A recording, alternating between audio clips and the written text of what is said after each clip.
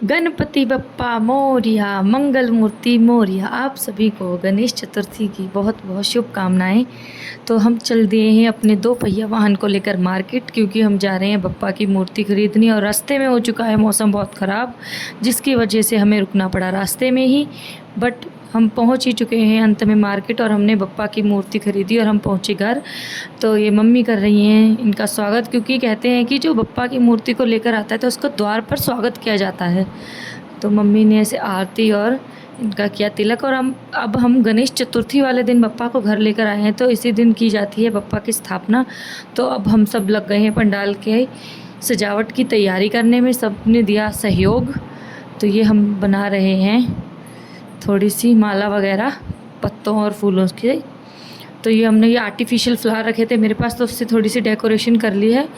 और ये मैंने सारा पूजा की सामग्री इकट्ठी करके रख लिया कि ताकि मैं कुछ चीज़ भूल ना जाऊँ। तो मैंने ये सारा सामान इसे इकट्ठा करके रख लिया पास में। तो सबसे पहले मैंने करा है ये जौ की खेती। मतलब जौ की खेती करना बहुत शुभ माना जाता है। अगर आप कोई भी पूजा का काम कर रहे हैं तो जौ की खेती ऐसे थोड़े से ज़रूर करें। और उसके बाद इस तरीके से मैंने चावलों का आसन देते हुए गणपति बप्पा को किया है स्थापित। और आपको छोटी सी कहानी बताऊं मैं गणेश चतुर्थी के बारे में। तो कहा जाता है कि एक बार माता पार्वती स्नान करने गईं, तो वो मिट्टी से अपने एक पुत्र का निर्माण करके गईं और उनको कह के गईं कि किसी को अंदर ना आने दें। बट भगवान शिव ने अंदर जाने की जिद की और क्रोध में आकर पुत्र का सर धड़ से अलग कर दिया, जिसके कारण जब माता पार्वती आई तो बहुत ज़्यादा क्रोधित हुई। और उसके बाद सारे देवी देवता इकट्ठे हो गए और सबने मिलकर एक हथनी के बच्चे का सर लाकर पुत्र को लगा दिया और उसको जीवित कर दिया। और उसके बाद सभी देवी देवताओं ने अपनी बहुत सारी शक्तियाँ गणपति बप्पा को दी, जिसके कारण गणपति बप्पा प्रथम पूज्य कहलाए। और गणेश चतुर्थी का त्यौहार पूरे भारतवर्ष में धूमधाम से मनाया जाता है। इसके बारे में और भी बहुत सी कथाएं प्रचलित हैं, बट मेन कथा यही है। और इस तरीके से मैंने अपनी पूजा की तैयारी थोड़ी बहुत कंप्लीट कर ली और थोड़ी बहुत आपसे बातें करते करते करती जा रही हूँ। तो मैंने ये, अगर आपको अशोक के पत्ते मिल जाते हैं तो सही है। तो मुझे तो अशोक के ही मिलते हैं हर बार। अगर आम के पत्ते मिल जाए तो बहुत ज़्यादा बेस्ट है, बहुत शुभ माने जाते हैं। बट आम के पत्ते नहीं मिलते तो अशोक के पत्ते भी उसी तरह शुभ माने जाते हैं। और ये मैंने रिद्धि सिद्धि की स्थापना की। और छोटे से, अगर अब बड़े गणपति बप्पा लाते हैं तो साथ में छोटे बप्पा की स्थापना ज़रूर करें, जिसका आप रोज़ स्नान और पूजा पाठ अच्छे तरीके से कर सकें। तो उनको मैंने इस तरीके से रोली का तिलक किया है। और ये देखिए, मैंने गणपति बप्पा के ऊपर से ये पीला वस्त्र हटा दिया और बप्पा बहुत ही लग रहे हैं प्यारे। और इनको भी मैंने ऐसे जल के छींटे मार कर करवाया है स्नान और किया इनका तिलक। तो गणपति बप्पा सबके घर में खुशियाँ लेकर आएँ। और मैंने ये इनको ऐसे माला चढ़ा दी है। गणेश चतुर्थी का त्यौहार वैसे तो मुंबई में मनाया जाता है, महाराष्ट्र में बहुत ज़्यादा प्रचलित है, पर अब पूरे भारतवर्ष में ज़ोरों शोरों से मनाया जा रहा है। तो मैंने इस तरीके से फूल अर्पित कर दिए हैं बप्पा को।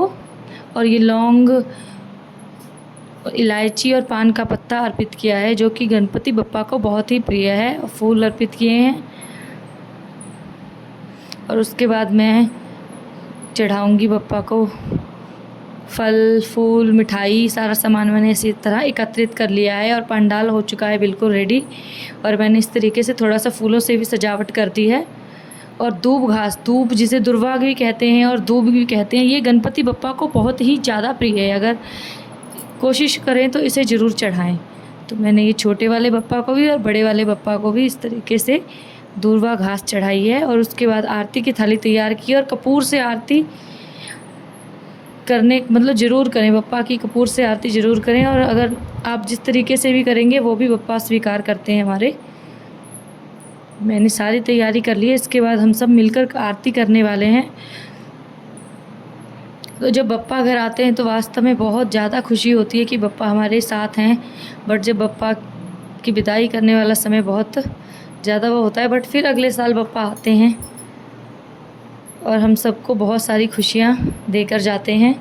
और ये हम सबसे पहले की पापा मम्मी ने आरती और फिर की हमने आरती। इस तरीके से हमने अपनी पूजा कंप्लीट कर ली और लगाया बप्पा को मोदक का भोग और फलों का भोग।